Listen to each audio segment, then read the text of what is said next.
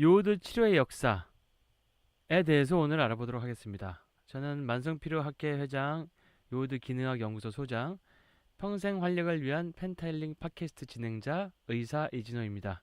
같이 나오신 분들 소개 부탁드려요. 네, 안녕하세요. 저는 아로마 테라피스트 해피지영입니다. 반갑습니다. 안녕하세요. 필라테스 하는 유연입니다.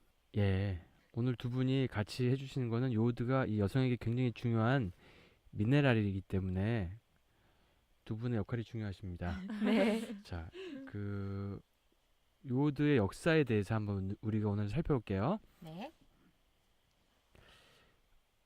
기원전 15,000년 전에 이게 몬테 베르드 잘 못 읽겠어요. 이게 아르헨티나 저기 칠레 쪽.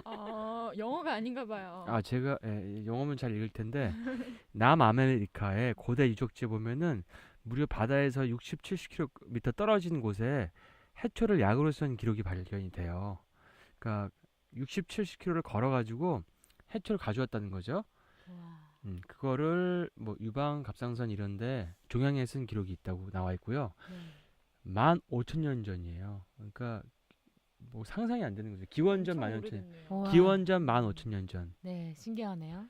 우리나라 고조선보다 더 이전이라고 할 수 있죠. 우와. 기원전 2,700년 전에 중국 서적 신농본 초경에 의하면 해초를 갑상선과 종양에 쓴다는 기록이 있어요. 이 오래 전에 우린 지금 이제야 이제 알기 시작한 어. 이 요오드의 효과를 하고 있다는 게 자체가 굉장히 놀랍죠. 어메이징하죠. 네, 그렇네요. 예. 기원전 1530년 고대 이집트 의학 문서에 해초를 유방암에 쓴 기록이 있다.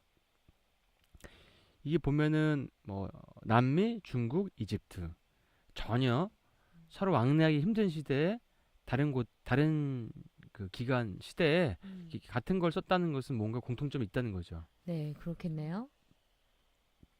그건 마치 우리가 대륙이 떨어져 있어도 뭔가 공통적으로 사람이 이렇게 쓰는 것들이 있잖아요. 네, 진실이 어. 진실은 다 통한다 예, 이런 뭐 거. 그런 식이죠. 기원전 460년에는 그 유명한 히포크라테스가 해초를 갑상선 치료에 사용하는 것을 추천했다는 기록이 있고, 기원 후 100년에는 철학자 프리니 디 엘더가 해초 태운 것을 갑상선 치료에 사용을 했어요. 400년도에는 케흥이라는 중국 치료사가 다시마를 갑상선 치료에 사용했고요. 와.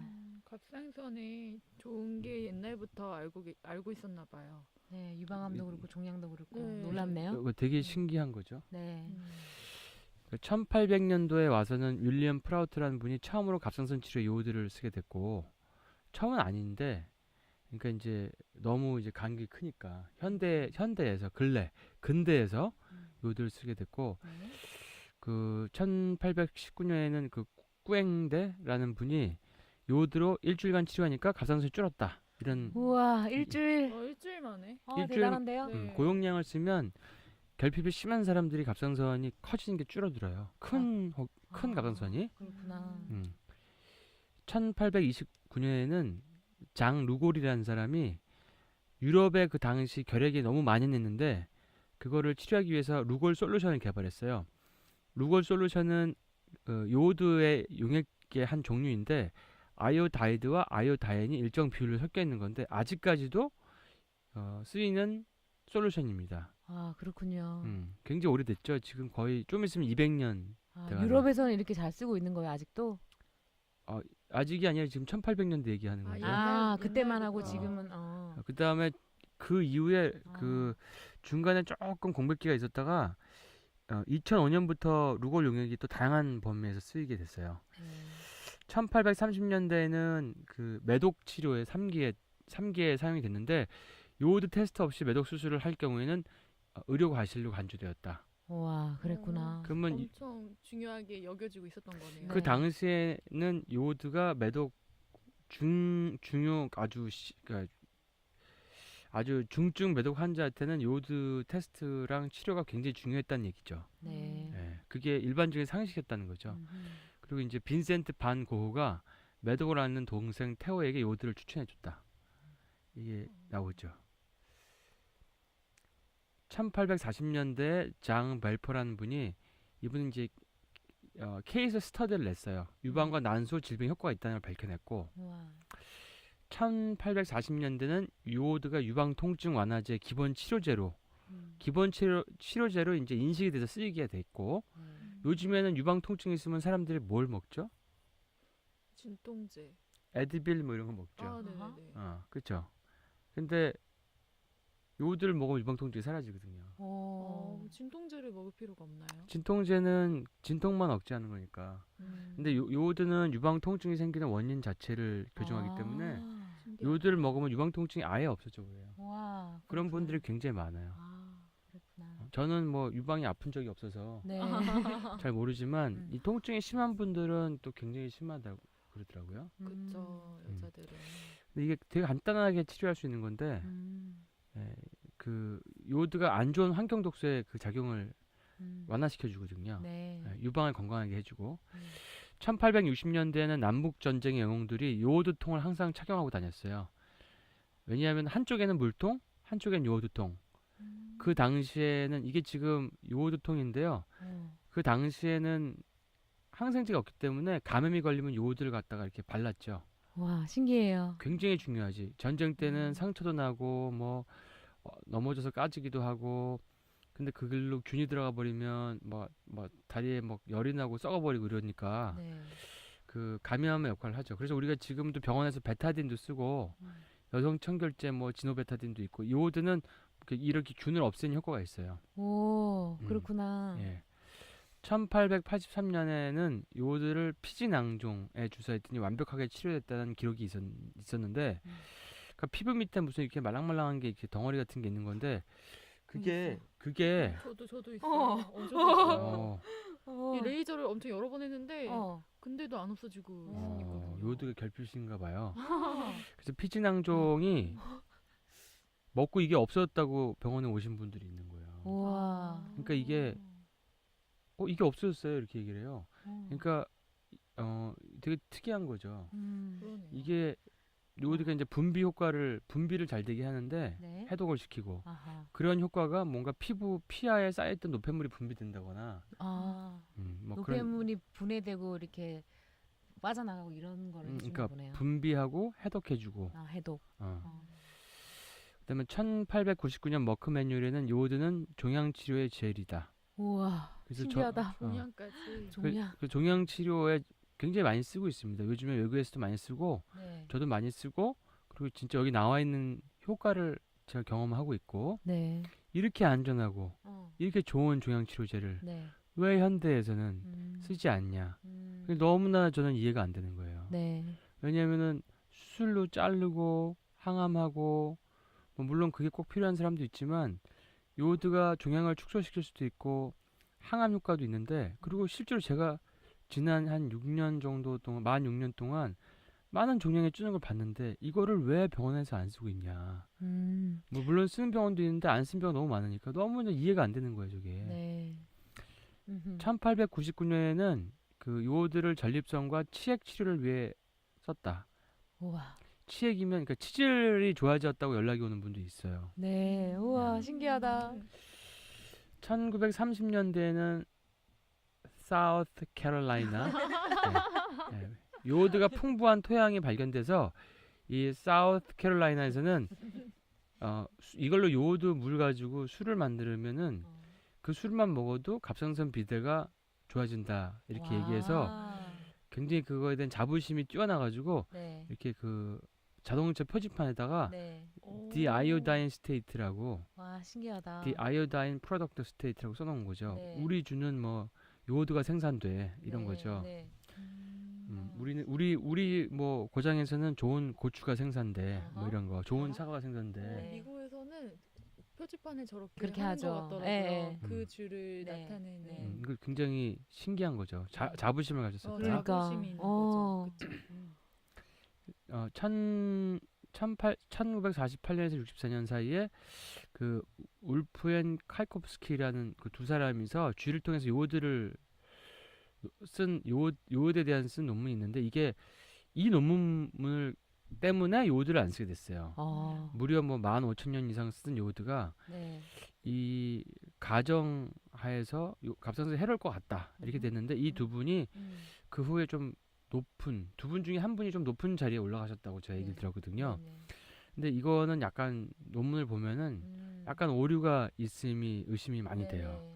예, 근데 이거가 굉장히 파급력을 많이 끼치면서 그러면서 요오드를 안 쓰게 됐고 갑상선 약이 나오고 그다음에 갑상선 혈액 검사가 나오고 현대과학으로 넘어가게 됐죠. 갑상선 쪽이. 네. 근데 요거에 대해서 이제 여러 가지 반박이 많이 나와 있는데 그건 다음 시간에 다루도록 하겠습니다. 네. 2000년도에 산부인과 의사 가이 아브라함이라는 분이 요오드에 대한 역사를 검토하고 나서 야 이거는 이대로 있으면 안 된다. 산부인과에 너무 중요한 영양소다. 그래서 요오드 결핍에 대한 연구를 시작하셨고 이분이 기존에 있는 그냥 단일 요 검사 말고 24시간 소변 요오드 검사를 개발하셨어요.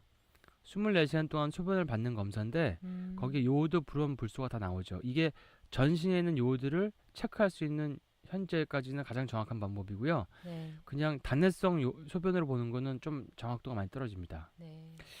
2005년도에는 조지 펠라차스라는 분이 이 가이아 아브라함 박사 연구를 널리 알렸고 이분은 지금 FFP 랩이라고 해서 요오드 검사를 해주는 랩을 운영하시고 계세요. 네. 그 요오드, 브롬, 불소 이런 할로겐족 독소들을 보는 검사를 하는데 제가 옛날에 이 센터를 많이 보냈었어요. 네. 근데 외국은 요오드 검사가 좀 비싸더라고요. 근데 그 한국에 검사를 세팅할 때 네. 이쪽으로 보내서 많이 세팅을 했죠. 그다음에 중간에 빼먹었는데 여기 빨간색 책이 2002년도에 나온 책인데 캐나다 선생님인데 네. 데이비드 넬이라는 분인데 이분이 이제 브레스트 암과 유방암과 요오드라는 책을 썼는데 이 책이 나오고 나서 엄청난 반향을 일으켰어요. 네. 제가 이분 책을 번역을 했는데요. 네. 그래서 저작권을 받으려고 연락했더니 선생님 돌아가셨더라고요. 그래서 그 슬프네요. 수소문 끝에 따님과 연락이 돼서 네. 따님과 저작권 그 계약을 하고 책을 번역을 했어요. 찾으셔가지고. 네. 이거 한국에 나왔어요? 나왔죠. 그래서, 이런 그래서- 사실을. 캐나다도 다녀왔어요. 많은 요오드 분들이 근데 때문에. 이거 모르고 있을 건데 한국에 그렇죠. 그러니까 사실은 많이 알려야 유방암 돼요. 하는 분들은 이런 책을 읽어봤으면 좋겠다는 간절한 마음으로 번역한 거니까 꼭 좀 읽어보세요. 네. 제목이 한국 제목 뭐로 나왔나요? 요오드로 치유하는 유방암. 요오드로 치료. 그 노란색 표지? 예. 알았어요. 2006년에 닥터 브라운스테인이라는 분은 요오드 왜 당신에게 필요하며 왜 요오드 없이 살 수 없는가라는 책을 출판했죠. 네. 이 책 자체는 이제 그 브롬 중독에 대한 거를 널리 알리게 되면서 심지어 뭐 게토레이, 마운틴 듀에도 브롬 중독이 있다. 많은 약에도 네. 브롬이 있다. 이런 네. 걸 알려주셨죠. 네. 그래서 제가 처음에 이제 요오드 세팅을 하고 이럴 때 이 브레인스타운 박사님한테 메일도 여러 번 주고 받았어요. 뭐 진짜 안전하냐, 믿어도 되냐. 그러니까 내가 10년을 했다. 그러니까 마그네슘처럼 안전하다. 그리고 할 때 뭐 이런 주의사항이 있으니까 이런 거 조심해라 하면서 많이 가이드를 해주셨어요. 그러셨구나. 감사하네요. 네. 그래서 슈퍼미네랄 요오드라는 책을 그래서 내게 됐고요. 여기 안에는 제가 그동안의 요오드로 뭐 갑상선, 유방, 자궁, 난소 질환 같은 거 치료한 거, 불임증, 그다음에 몸이 추운 사람들, 뭐 탈모, 손톱 머리카락 깨지고 대사가 떨어져서 살이 잘 안 빠지는 분들, 뭐 그런 거. 사람들을 위해. 그리고 이제 그 후쿠시마 방사능 때문에 갑상선 암이 증가할 수 있기 때문에 네. 그런 방사능에 대해서도 다뤄놓고 있습니다. 꼭 읽어봐야 될 것 같아요. 방사능 요즘 무섭거든요. 방사능 무섭죠. 강력한 활성산소죠. 네. 그리고 그 다음에는 요오드로 치유한 유방암. 아까 그 빨간색 책을 네. 번역한 거예요. 네. 여기 보면은 그 유방암을 어떻게 예방하고 극복할 것인가에 대한 놀랍고 획기적인 새로운 연구 사례.